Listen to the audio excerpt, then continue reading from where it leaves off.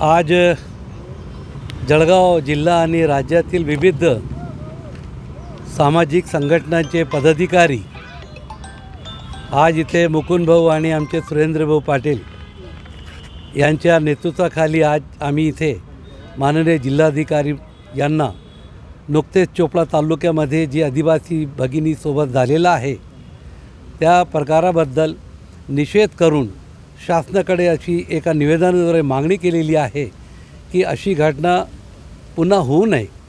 ज्या डॉक्टरांनी आणि संबंधित जे काही ॲम्ब्युलन्स ड्रायव्हर असतील, संबंधित अधिकारी असतील, ज्यांनी जे काही हलगर्जीपणा केला त्यांना फक्त नोटीस न देता अगोदर त्यांना सर्व्हिसहून निलंबित करावा, त्यांची खातेमार्फत चौकशी करावी।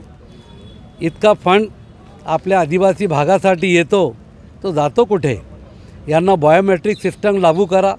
यांच्यावर कोणतंही नियंत्रण नाही, हे डॉक्टर तिथे उपलब्ध नाही, म्हणून शासनाने या बाबतीत योग्य दखल घ्यावी आणि याची पुनरावृत्ती होऊ नये। काय वेदना असतील, शरारे येत आहेत, त्यावेळी आम्ही ते पेपरामध्ये वाचलं की इतका भयंकर प्रकार आपल्या जिल्ह्यामध्ये येतो आहे आणि आपण कोणी त्याला सिरियस घेत नाही। म्हणून आज आम्ही सर्व इथे आज निवेदनद्वारे अशी मागणी केलेली आहे। आम्हाला पूर्ण खात्री आहे की शासन याची दखल घेतील। जर याची दखल नाही घेतली तर मग आम्ही काही स्वरूपात आले ते सिम्बॉलिक मग एक मोठा इथे मॉब येऊन आणि आमच्या मागण्या आम्ही मांडणार आहोत।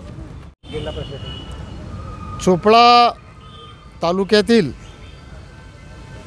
बोरमडी या गावातील आदिवासी महिला की ज्या आदिवासी महिलेनी आपल्या बाळंतपणाचा त्रास वेदना सहन करत इथल्या आरोग्य अधिकाऱ्यांना, ॲम्ब्युलन्सला, डॉक्टरांना, नर्सेसला फोन केले होते बाळंतपणासाठी, परंतु हे उपलब्ध न झाल्यामुळे ही आदिवासी महिला आपल्या नवऱ्यासोबत मोटरसायकलवर दवाखान्यात जाण्यासाठी निघालेली होती आणि अशा परिस्थितीमध्ये मोटरसायकलवर जात असल्यामुळं ती रस्त्यावरच बाळंतपण झाली।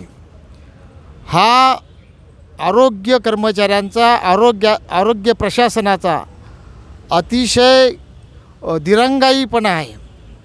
त्या ठिकाणी डॉक्टर, नर्सेस उपलब्ध न झाल्यामुळे, हॉस्पिटलमध्ये कुठलेही कर्मचारी नसल्यामुळे अशा प्रकारची घटना एक स्वातंत्र्याच्या 75 वर्षानंतरसुद्धा आदिवासी महिलेला आपलं बाळंतपण रस्त्यावर करावं लागतं, ही अतिशय निंदनीय बाब आहे, लांछनास्पद बाब आहे।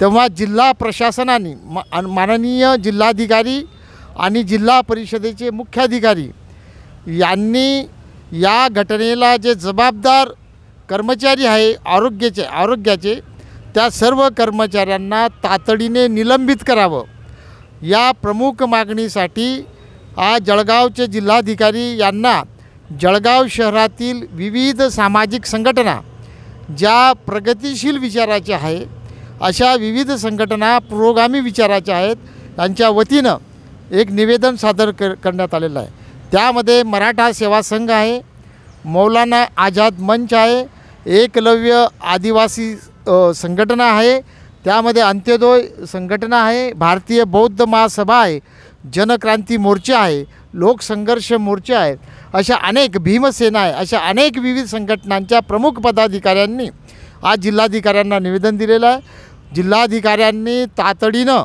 आदिवासी भागामध्ये जे काही आरोग्य केंद्र असतील त्या सर्व आरोग्य केंद्रांवर आदिवासींच्या आरोग्यासाठी तातडीने कर्मचाऱ्यांची नियुक्ती करावी।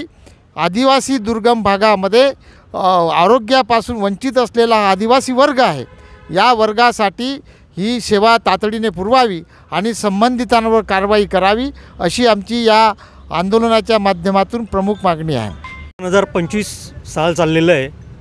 1947 साली आपल्याला स्वातंत्र्य मिळालं, त्यानंतर आजपर्यंत या आदिवासी समूहाला खूपच दुर्लक्षित ठेवलं गेलेलं आहे आणि त्याची प्रचिती दिसते की त्या डॉक्टरला जेव्हा फोन केला काही आदिवासी बंधूंनी तर त्यांनी त्या आदिवासी भावाला विचारलं माझा नंबर तुला कोणी दिला, इतका बेमुहूर्तखोरपणा हा या ठिकाणी चाललेला आहे. आणि यासाठी मुकुंद भाऊंनी आणि सालार सरांनी जी मागणी केलेली आहे की त्यांना निलंबित करावं, त्याच्यानंतर त्याची चौकशी करावी. धन्यवाद.